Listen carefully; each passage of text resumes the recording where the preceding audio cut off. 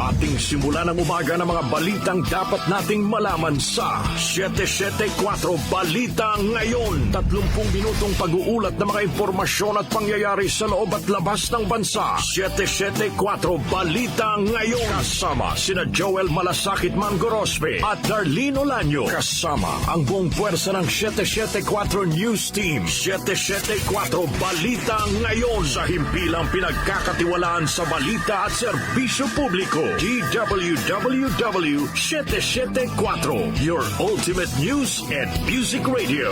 At ngayon, narito ang inyong tagapagbalita. 774 Balita Ngayon. Magandang umaga Luzon, magandang umaga Visayas at magandang umaga Mindanao at sa lahat po ng mga nakatutok na sa DWWW 774 at sa 107.9 DWHT-FM sa Dagupan City. Ganoon din po sa Facebook Live at YouTube at sa aming mobile app. Araw ho ngayon ng Lunes, May 19, 2025. Narito na ang 774 Balita Ngayon. 774 Balita Ngayon. At sa ating headlines, taas presyo sa produktong petrolyo nakaambang ngayong linggo.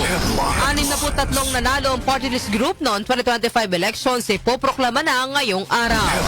Hirit na manual recount sa 2025 elections malabong may sakatuparan. Ayon po yan sa COMELEC. COMELEC ipagbabawal na ang paggamit ng teleserye at ayuda bilang pangalan ng mga party list group. Vice President Sara Duterte nakahanda na para sa kanyang impeachment trial.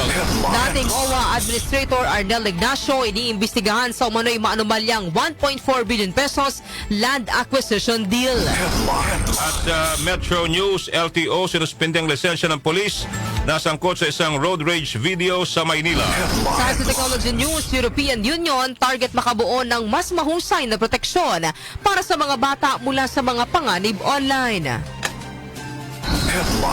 At sa Lifestyle News naman, Las Piñas, Parañaque Wetland Park muling binuksan sa publiko. Sa ating music trivia ngayong petsa, nanguna sa US single chart ang isa sa mga awitin ni Stevie Wonder. Ano ang kantang ito? Alamin. At sa ating balitang kakaiba, isang restaurant sa United Kingdom nagbayad ng $100,000 na kompensasyon sa isang pamilya na inakusahan nilang kumain pero hindi nagbayad. Oras alas 6:42 sa umaga, kami ho inyong mga tagapagbalita. Ko po ang inyong Joel Malasakit Mangorospe. At ako naman po si Darlene Olanyo. At sa detalye ng mga naglalagablay patotoong mga balita. 774 Balita Ngayon. Taas presyo sa mga produktong petrolyo ang sasalubong ho sa mga motorista ngayong linggo. Sa pagtaya ng Department of Energy o DOE, posibleng tumaas ng 95 centavos hanggang 1 peso and 40 centavos ang presyo ng kada litro ng gasolina, habang 1 peso and 50 centavos hanggang 2 pesos naman ang aumento sa diesel. May taas presyo rin na 1 peso and 30 centavos hanggang 1 peso and 40 centavos sa presyo ng kada litro ng kerosene. Ang inaasahang oil price hike ay bunsod ng pagkakasundo ng Amerika at China na tapyasan ng reciprocal tariffs sa inaangkat na produkto sa loob ng umiiral na 70 araw na sospensyon. 774 Balita Ngayon. Nakatakdang isagawa mamayang hapon ng proklamasyon ng mga nanalong party list group sa 2025 midterm elections. Ayon kay COMELEC Chairman George Garcia, nasa 63 party list group ang may poproklama. Nauna rin sinabi ni COMELEC spokesperson Attorney John Rex Laudianco na 3 party list group ang makakakuha ng 3 pwesto sa Kamara at 3 party list group din ang mabibigyan ng tig-2 pwesto. Kahapon sinimulan na ng COMELEC ang pamahagi ng imbitasyon para sa mga mapoproklamang party list group. Noong Sabado, una nang naiproklama ng COMELEC ang 12 senador na nanalo sa eleksyon na kinabibilangan ni na Christopher Bongo, Bam Aquino, Ronald Bato de la Rosa, Erwin Tulfo, Kiko Pangilinan, Rodante Marcoleta, Ping Lacson, Tito Soto, Pia Cayetano, Camille Villar, Lito Lapid at Amy Marcos. Samantala, Victory Party ng Alyansa dinaluhan ni Pangulong Ferdinand Marcos Jr. Detalye po ihatid ni Chanel Salazar. Dumalo si Pangulong Ferdinand Marcos Jr. sa Victory Party ng Alyansa para sa Bagong Pilipinas matapos ang proklamasyon ng 12 senador nitong weekend. Matatanda ang 6 sa Alyansa ang nakapasok sa Magic 12 taliwas sa target ng koalisyon na 11 zero seats sa Senado. Sa Thanksgiving dinner, sinabi ng Pangulo na bagamat umaasa siya sa magandang resulta, panahon na para isantabi ang mga isyong pampolitika at dapat nang mas pagtuunan ng pansin ang mga usaping pangkaunlaran ng bansa. Partikular ang isyu sa kalusugan, edukasyon, agrikultura at supply ng pagkain. Kasabay nito kinilala ng Pangulo ang dedikasyon ng bawat pambato sa ginawang kampanya, gayon din ang mga staff na puspusang nagtrabaho sa mga campaign sorties. Samantala tampok sa mga inumin sa party ang pangalan ng mga kandidato ng alyansa tulad ng Ben Hurricane, Cosmopolitan, Bong Island Iced Tea, Pia Pia Pia Colada, The Pink Martini, Blue Supremo, Manis Knockout Punch, Mojito Soto, Gin and Tonic, Espresso Martini at Classic Margaritaville. Gayunpaman, tanging si Senador Lito Lapid lamang ang present sa Thanksgiving party mula sa 12 kandidato. Ako si Chanel Salazar ng DWWW 774, Your Ultimate Music Radio. Maraming salamat, Chanel Salazar. 774 Balita Ngayon. Alas 6:46 po ng umaga, malabong may sakatuparan ng manual recount na panawagan ng ilang kumandidato sa 2025 elections. Ayon kay COMELEC Chairman George Garcia, wala nang isinasagawang manual counting sa ilalim ng automated election law na nagsasaad ng full automation na ang eleksyon sa bansa. Sinabi ni Garcia na wala ring budget ang COMELEC para sa pagsasagawa ng manual recount. Inihayag pa ni Garcia na kung nais talaga ng isang kandidato na magsagawa ng manual recount ay kailangan magsampa ito ng election protest upang mapayapang bilangin o mapayagang bilangin ng mga balota na mula sa kahit saang bahagi ng Pilipinas. 774 Balita Ngayon. Ipagbabawal na ng COMELEC ang paggamit ng mga teleserye at ayuda bilang pangalan ng mga party list group. Ayon kay COMELEC Chairman George Garcia, sisimulan nila itong ipatupad sa susunod na accreditation process. Sinabi ni Garcia na kung gusto talagang makakuha ng akreditasyon ay dapat ay naaayon sa prinsipyo, pinaglalaban at plataforma ang pangalan ng mga party list group. Inihayag ni Garcia na wala na silang magagawa sa mga nauna nang na-accredit na party list organization na hango sa mga teleserye o sa ayuda ang pangalan, ngunit hindi na nila ito papayagan sa susunod. Hindi na po kami papayag sa susunod na accreditation process na gagamit sila ng mga sikat na telenovela na pangalan. Hindi po kami papayag na gagamit sila ng mga pangalan ng mga ayuda. Meron pa po kasing natitirang pangalan na ayuda na wala pang party list eh. Hindi po namin papayagan kung nag-iisip sila na gamitin yung pangalan ng ayuda na yan. Hindi na po tama yon. Yung mga nakaligtas, wala na po kami magagawa. Sapagkat bago pa naman dumating ang present leadership, may mga na-accredit na.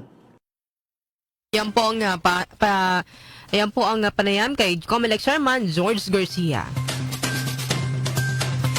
Samantala, dating presidential spokesperson Harry Roque dapat mapilit na ibalik sa bansa. Conde Batak sa report.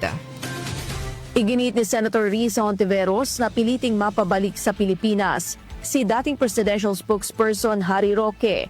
Ito'y matapos isyuhan ng korte ng arrest order sina Roque at Whirlwind Corporation Incorporator, Cassandra Leong kaugnay sa paglabag sa Anti-Trafficking in Persons Act, bunsod ng mga ilegal na aktibidad sa Pogo sa Porac, Pampanga. Ayon kay Hontiveros, kung hindi babalik ng bansa si Roque ay hindi lamang ito pag-iwas sa arrest order sa Kongreso kundi ito ay paglabag din sa kautusan ng korte. Punto ng senadora, abogado si Roque kaya alam nitong mali ang ginagawa niyang pag-iwas sa batas. Anya pa bukod kina Roque at kay Ong ay kasama rin sa inisyuhan ng arrest order ang ninong ni Cassie na si Duan Renwu na may koneksyon naman kay Li Duan Wang, ang Chinese junket operator na nagtangkang kumuha ng Filipino citizenship. Nanawagan si Hontiveros na matiyak na mapapanagot ang mga ito dahil tiyak na magbabagong anyo lang sila para makapambiktima pa ng ating mga kababayan. Conde Batak ng DWWW 774, Your Ultimate Music Radio. Maraming salamat, Conde Batak. 774 Balita Ngayon. At iba pa naglalagab live na balita, nakahanda po si Vice President Sara Duterte na humarap sa impeachment trial sa 20th Congress. Ayon kay VP Sara, nais niya talagang magkaroon ng trial at hindi niya ito uurungan. Inihayag pa ni VP Sara na anuman ang maging resulta ng impeachment ay tatanggapin niya ito. Sinabihan ko na rin talaga sila, really, I truly want a trial because I want a bloodbath talaga. Whether guilty man yon or acquittal, I'm already at peace. Gayunman, sinabi ng pangalawang Pangulo na maling magsimula ng magbilang ng boto ng wala pang trial. Samantalang hindi na nagulat si VP Sara sa pagkakabilang ni na incoming party list representatives Leila De Lima at Chel Jokno sa prosecution team. They've been very vocal anti-Duterte since birth.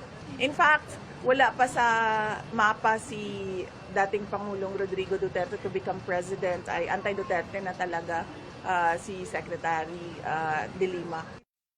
Vice President Sara Duterte. Blue alert status naman nakataas sa Eastern Visayas kaugnay ng weight limit sa San Juanico Bridge. Angel Garcia sa detalye.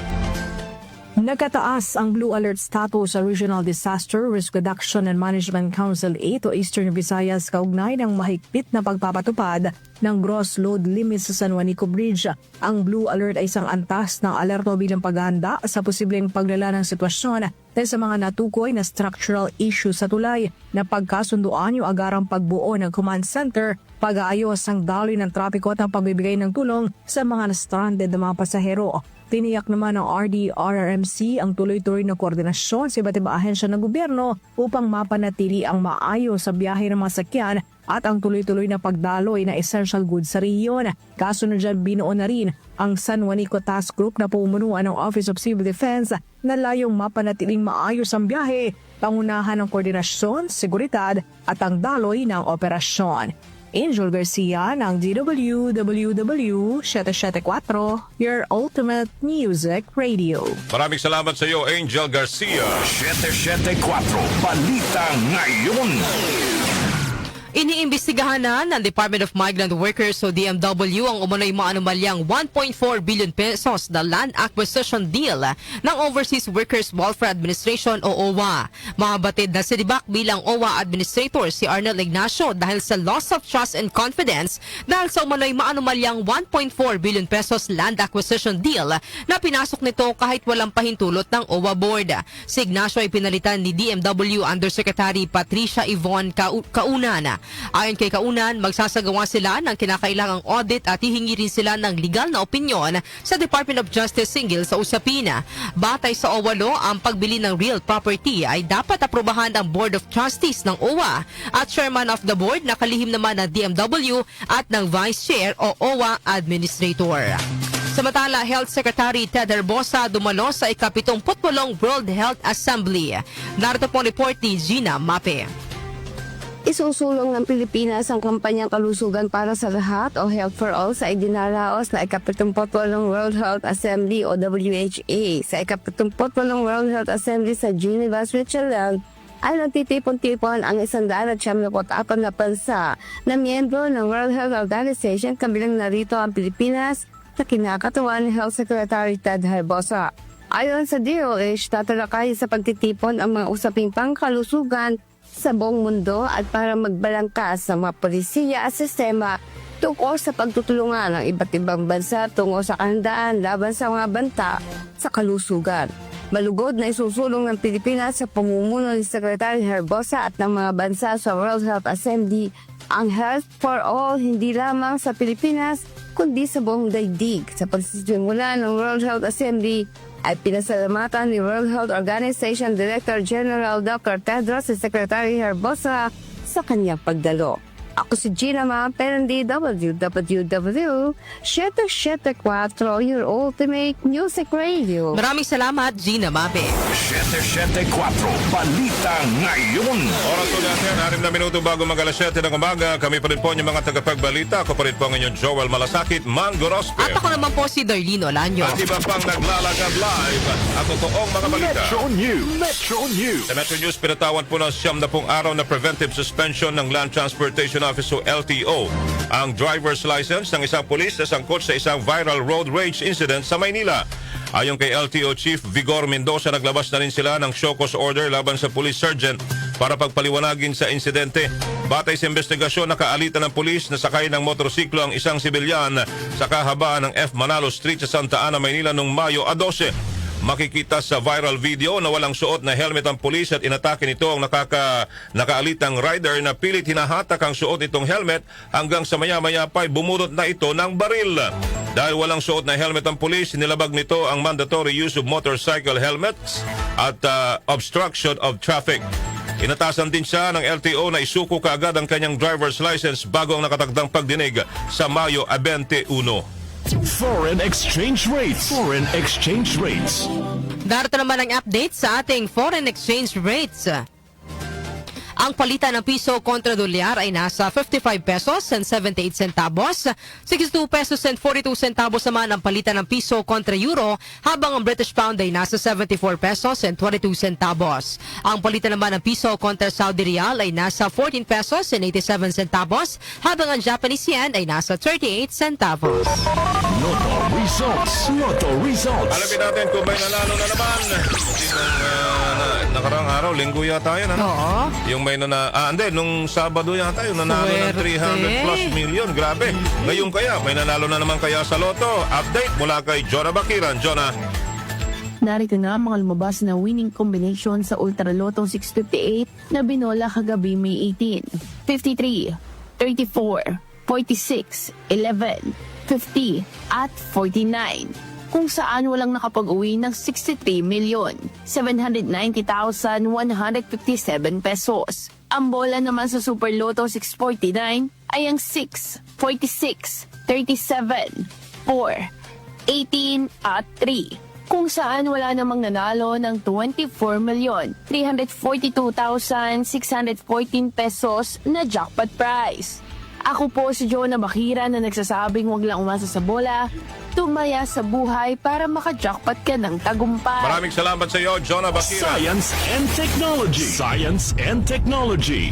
European Union target makabuo ng mas mahusay na proteksyon para sa mga bata mula sa panganib online. Detalye po yung hatid ni Rosemay Miranda.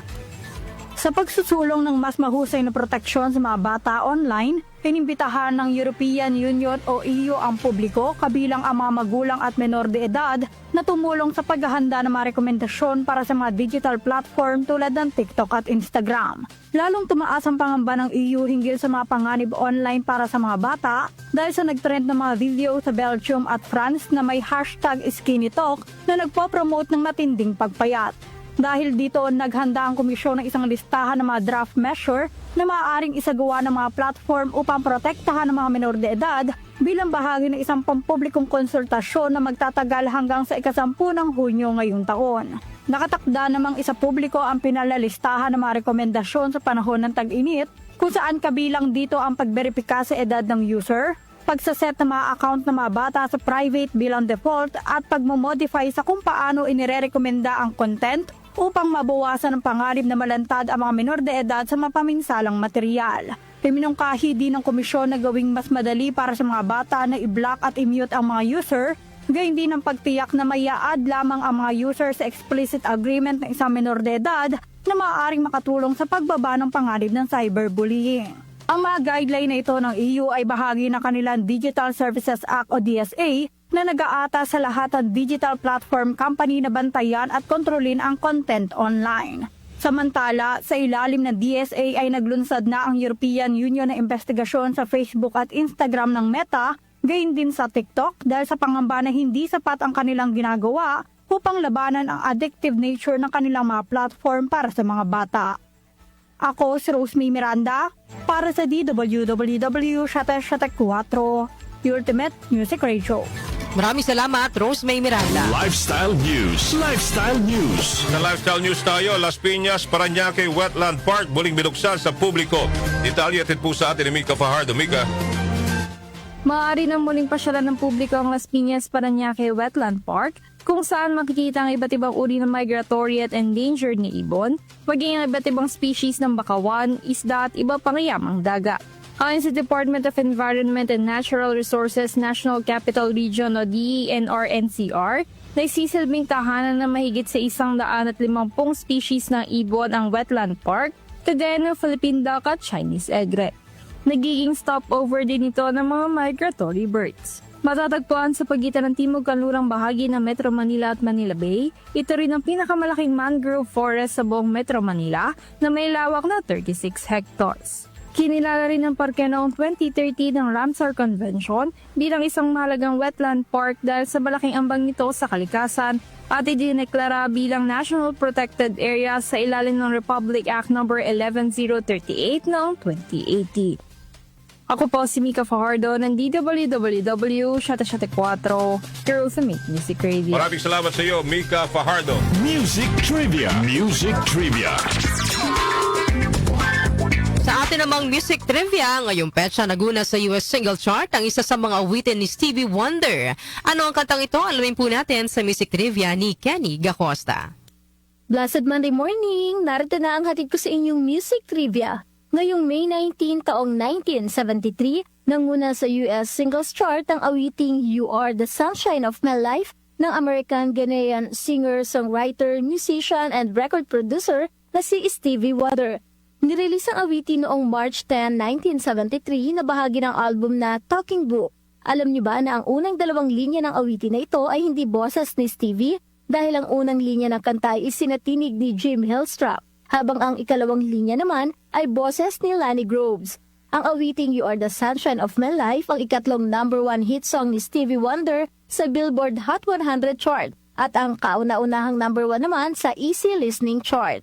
Nagwagi rin sa Grammy Awards si Stevie Wonder para sa awiting ito bilang Best Male Pop Vocal Performance, habang naging nominado rin ang kanta bilang Record of the Year and Song of the Year. Maliban sa mga ito, napabilang din ang kanta sa 500 Greatest Songs of All Time ng Rolling Stones magazine na ika-183 sa listahan. Taong 2002, ibinilang na ang You Are the Sunshine of My Life sa Grammy Hall of Fame. At yan, hatid ko sa inyong music trivia. Ako po si Kenny Gacosta ng DWWW 774, your ultimate music radio. Maraming salamat, Kenny Gacosta. Balitang Kakaiba. Sa balitang kakaiba, isang restaurant po sa United Kingdom nagbayad ng $100,000 na kompensasyon sa isang pamilya na inakusahan nilang kumain pero hindi nagbayad. Narito po ang balitang kakaiba ni Doc Justin. Doc? Yes, Joel at Darlene. Good morning, mga kanyosig. Narito ating balitang kakaiba ngayong araw na ito. Isang respetadong pamilya sa United Kingdom nakakuha ng $100,000 o mahigit 5.5 million pesos na kompensasyon matapos silang akusahan ng isang restaurant na kumain ng hindi nagbabayad. Hulyo ng nakaraang taon ang kumain ng mag-asawang Peter at Anna McGeer kasama ang kanilang mga anak sa The Horse and Jockey Inn sa Peak District, England. Umorder ng pamilya ng steak at drinks at matapos kumain ay umuwi na rin agad sila. Wala namang kamalay-malay ang pamilya na ilang sandali lamang matapos silang makalabas ng restaurant ay nag-post ng isang video ang restaurant kung saan nakasaad na umalis sila nang hindi nagbabayad ng $200 na bill. Agad naman nag-viral ang video ng umano'y paghitandra ng pamilya at kabi-kabilang negatibong komento ang kanilang natanggap. Ang hindi alam ng restaurant ay milyonaryong pamilya ang kanilang inaakusahan. Bandang huli, napagtanto ng restaurant na nagbayad na ang pamilya gamit ang card at nakalimutan lang nitong ilagay ng isa sa kanilang staff sa cash register. Hindi naman pinalampas ng pamilya McGeer ang insidente at agad sila nagsampa ng reklamo laban sa restaurant. Sa uli, kailangan ng Horse and Jockey na magbayad ng $100,000 sa pamilya bilang kompensasyon at tumingi rin ito ng tawad sa nangyari. Well, talagang mahirap. Kaya think before you click, yung pag-upload sa social media, malaking pananagutan yan, Kasi pagka nasira mo ng imahe ng isang tao, mahirap ibalik yun. Kaya think before you click. Okay? Okay. Sige. Ako si Doc Justin. Just out na ako. Maraming salamat. Thank you very much, Doc Justin, sa ating balitang kakaiba. Alas 7:04 na ho ng umaga at yan po ang kabuuan ng ating balitaan ngayong araw na ito ng Lunes, May 19, 2025. Kami ho ang inyong mga naging tagapagbalita. Darlene Olanyo. Ako naman, Joel Gorospe, at sa ating pong katanungan today, Sangayon ba kayong ipagbawal ang paggamit ng titulo ng teleserye at katawagan na ayuda sa mga party list at bakit? sige, ang text line ho natin ay 0929-321-8738. At syempre, yes, pwede rin po kayong mag-comment sa ating Facebook Live, ganoon din sa ating YouTube channel. At ito po ang 774 Balita Ngayon. Maraming salamat. 774 Balita Ngayon.